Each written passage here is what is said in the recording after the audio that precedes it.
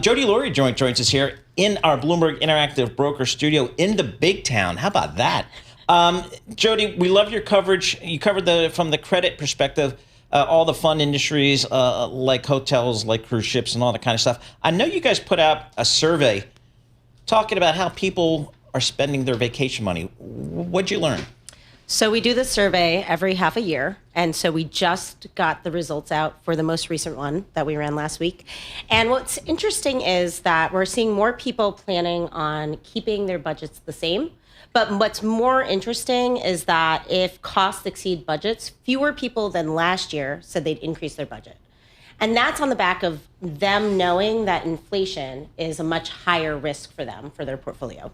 So in other words, people are making room for time off, but they're going to have to scrimp more in order to make it happen because their money is not going to take them as far as it used to. Correct. And Scarlett, I mean, I think to piggyback on that, if you look, the eating out anticipation of spending is higher this year than last year. And I think that's less a reflection of people wanting to eat out, but more that they're expecting eating out is going to be more expensive. Mm-hmm. And so even though we're seeing people want to spend on paid activities and experiences, which could bode well for the cruise lines and the theme parks, at the end of the day, when costs exceed budgets, more people this year over last year are planning on cutting and looking at free options. So going to the free museums, going to low-cost options. Well, now that the government is open, DC is an option once again. How about in terms of destination, maybe staying closer to home, maybe not going quite as far internationally? Yes, and staying closer to home is very, very much key. If we see the data, the international trend is to Canada.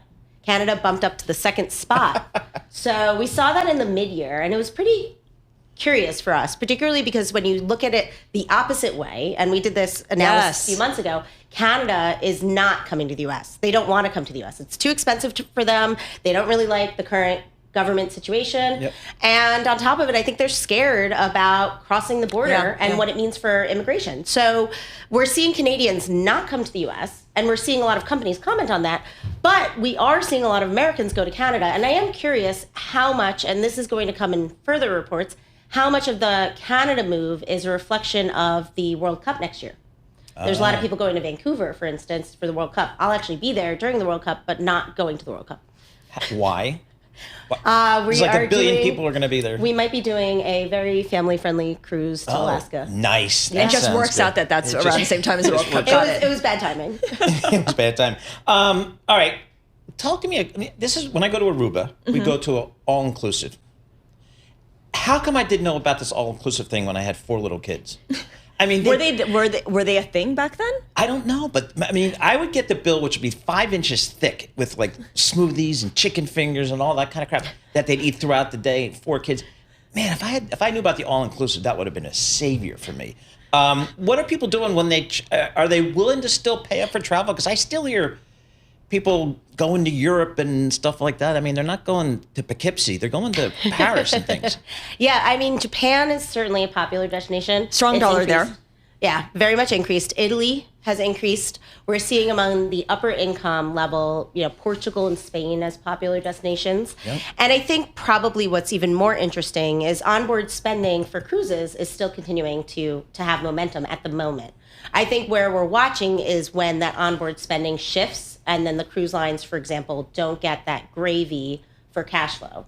And to your point, Paul, I mean, even though you have something called all-inclusives, even though you have the cruise lines, that they all are considered these package deal, what every company is doing, and we're talking the rental car companies, Avis is doing this too, obviously the airlines, is they're all doing these premium products, these, you do different tiers of products, so the add-ons, so you can get the base level, which is really the skeleton package, but anyone from cruise lines to theme parks to some extent, to the all-inclusives, to the airlines, to the rental car companies are all segmenting to give, the lower income consumer the ability to say that they traveled and the higher income consumer the ability to travel luxury.